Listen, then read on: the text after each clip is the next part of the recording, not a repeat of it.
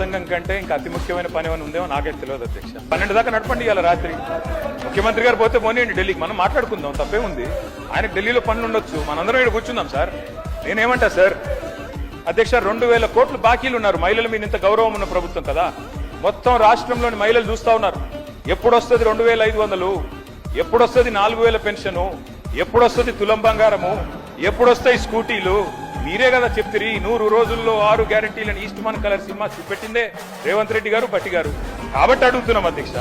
అధ్యక్ష, 1 కోటి మందిని కోటీశ్వరులు చేసిన దేవుడు ఎరుగు అధ్యక్ష. ఈ బడ్జెట్ లో ఎల్లుండి భట్టి గారు పెట్టే దానిలో నెలకు 2500 రూపాయలు ఇచ్చే మహాలక్ష్మి పథకం పెట్టండి అధ్యక్ష. కోటీశ్వర్లు తర్వాత చేయండి, నెలకు 2500 ఇవ్వ. నా కథ కాదు అధ్యక్ష, 100 రోజుల్లో చేస్తామన్నారు అధ్యక్ష. కేటీఆర్ సార్ నెక్స్ట్ ఎలక్షన్ అయినా కంపల్సరీ మన సీఎం కేసీఆర్ వేస్తాడు. వీళ్ళ దొంగ హామీలు, దొంగ చేసిన హామీలకు వెళ్ళి కంపల్సరీ మళ్ళీ సీఎం కేసీఆరే మళ్ళీ వేస్తాడు. మాట్లాడుతుండు, నేను సీఎం అయితే 10 సంవత్సరాలు ఉంటాను మాట్లాడుతుండు రేవంత్ రెడ్డి. ఆయనకు బుద్ధి చెప్తారు తెలంగాణ ప్రజలు.